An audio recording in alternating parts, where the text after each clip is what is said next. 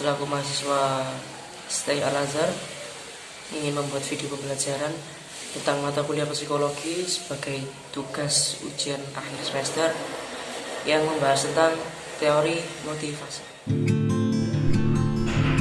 Definisi motivasi.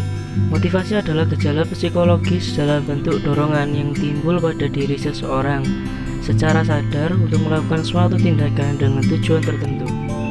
Menurut Geek dan Berliner di tahun 1984, motivasi merupakan sesuatu yang membuat seseorang untuk bergerak atau energi dan memberikan arah pada aktivitasnya.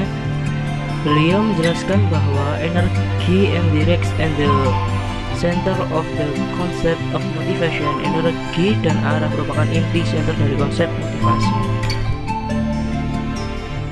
Jenis motivasi. Jenis motivasi dibagi menjadi dua. Yang pertama adalah motivasi intrinsik. Pengertian motivasi intrinsik adalah keinginan seseorang untuk melakukan sesuatu yang disebabkan oleh faktor dorongan yang berasal dari dalam diri sendiri tanpa dipengaruhi orang lain karena adanya hasrat untuk mencapai tujuan tertentu. Contohnya, termotivasi untuk bekerja agar mendapatkan penghasilan sehingga dapat memenuhi kebutuhan hidupnya sehari-hari, atau seperti belajar sehingga menjadikan kita menjadi lebih pintar dan lebih memahami segala materi. Dan yang kedua adalah motivasi ekstrinsik. Motivasi ekstrinsik adalah keinginan seseorang untuk melakukan sesuatu yang disebabkan oleh faktor dorongan dari luar diri sendiri untuk mencapai sesuatu tujuan yang menguntungkan dirinya.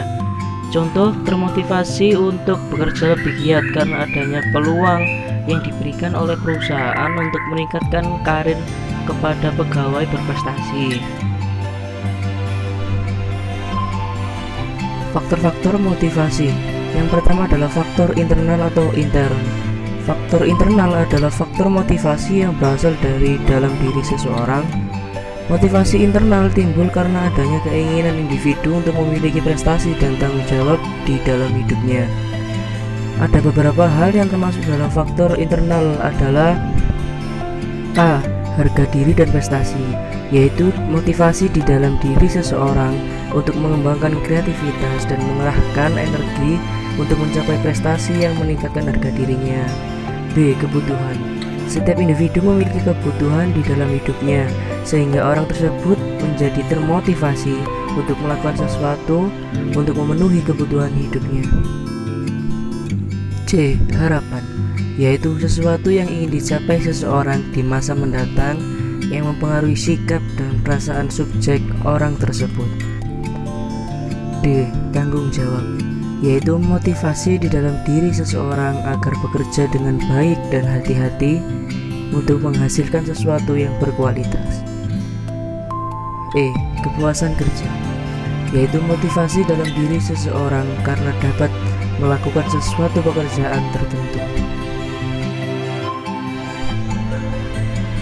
Faktor yang kedua adalah faktor eksternal atau ekstern. Faktor eksternal adalah faktor motivasi yang berasal dari luar diri seseorang. Motivasi eksternal timbul karena adanya peran dari luar, misalnya organisasi yang turut menentukan perilaku seseorang dalam kehidupannya. Ada beberapa hal yang termasuk dalam faktor eksternal adalah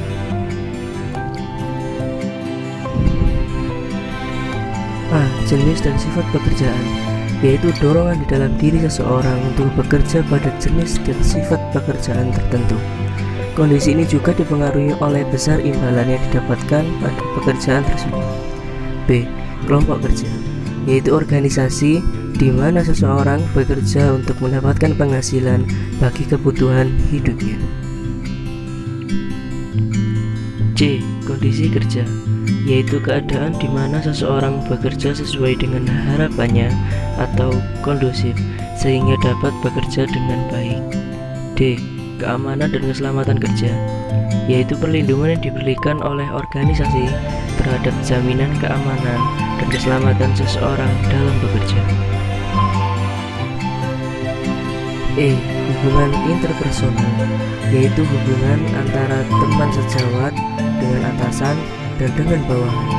Dalam hal ini, setiap orang ingin dihargai dan menghargai dalam organisasi, sehingga tercipta suasana kerja yang harmonis. Teori kebutuhan dasar menurut Abraham Maslow. Menurut Maslow, manusia termotivasi untuk memenuhi kebutuhan-kebutuhan hidupnya. Kebutuhan-kebutuhan tersebut memiliki tingkatan atau hierarki, mulai dari yang paling rendah atau bersifat dasar sampai yang paling tinggi, yaitu aktualisasi diri. Hierarchy of needs atau hierarki kebutuhan dari Maslow menyatakan bahwa manusia memiliki 5 macam kebutuhan, yaitu yang pertama, aktualisasi diri, kebutuhan ego, kebutuhan sosial, kebutuhan rasa aman dan keamanan, dan yang terakhir adalah kebutuhan fisiologis.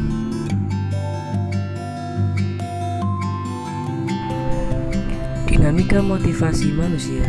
Dipandang dari segi motifnya, setiap gerak manusia itu selalu mengandung 3 aspek yang kedudukannya bertahan dan berurutan. Yang pertama adalah motivating stage, timbul kekuatan dan terjadinya kesiapsediaan sebagai akibat terasanya kebutuhan jaringan atau sekresi hormonal dari dalam diri organisme atau tergantung pada stimulasi tertentu. Kedua, motivating behavior, bergeraknya organisme ke arah tujuan tertentu sesuai dengan sifat kebutuhan yang hendak dipenuhi dan dipuaskannya. Misalkan, saat kita haus, kita mencari air untuk diminum. Dengan demikian, setiap perilaku manusia bersifat instrumental, sadar atau tak sadar. Ketiga adalah satisfied condition. Dengan dicapai tujuan yang dapat memenuhi kebutuhan yang terasa, maka dalam keseimbangan dari dalam organisme pulih kembali dengan terpeliharanya homeostatis kondisi, demikian dihayati sebagai rasa nikmat dan puas atau lega.